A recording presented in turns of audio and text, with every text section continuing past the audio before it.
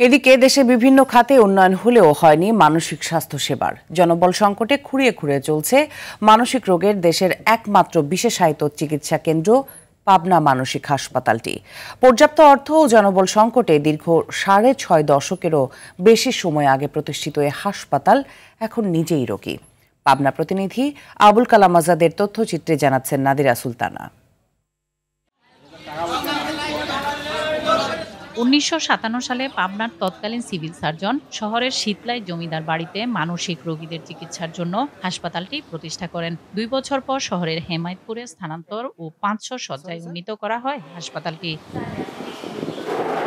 ১১১ acre জমির উপর প্রতিষ্ঠিত এই হাসপাতালের অধিকাংশ ভবন এখন পরিত্যক্ত আর ঝুঁকিপূর্ণ। চিকিৎসক সংকটের পাশাপাশি ওয়ার্ড বয় ও পরিচ্ছন্নতা কর্মী রয়েছে পদের বিপরীতে অর্ধেকের কম। এছাড়া চিকিৎসা, ঔষধ ও দালাল সহ নানা বিড়ম্বনায় ভোগান্তি চরমে উঠেছে রোগীদের। ঔষধ খেতে অনেকে চায় না, তখন আমরা বুঝাইলে যে তোমরা ঔষধ ঠিক মতো খাও, খেলে সুস্থ হয়ে গেলে তাড়াতাড়ি বাড়ি যেতে পারবা। ক্লিনার এবং চতুর্থ শ্রেণীর স্টাফরা একেবারেই নগণ্য।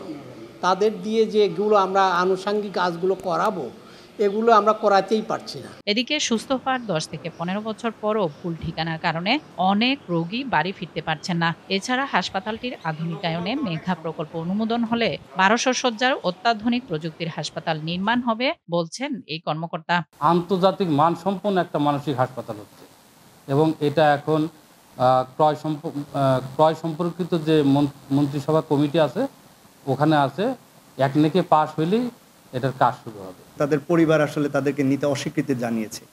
আমরা চাই যে আসলে এরকম যেন না হয়, এ ব্যাপারে সংশ্লিষ্ট সবাই যেন উদ্যোগী হয়। মানসিক রোগীদের উচ্চমাত্রার ওষুধ সেবনের কারণে উন্নত মানের খাদ্য প্রয়োজন, তাই খাবারে বরাদ্দ বাড়ানোর পাশাপাশি জনবল ও অন্যান্য সংকট সমাধানে দ্রুত ব্যবস্থা নেওয়ার দাবি সংশ্লিষ্ট সবার। ওরা দুই চোখ দিয়ে দেখতে পারে, বলতে পারে না, হাসতে পারে, বোবা লোকে গাইতে পারে না। নাদিরা সুলতানা, RTV।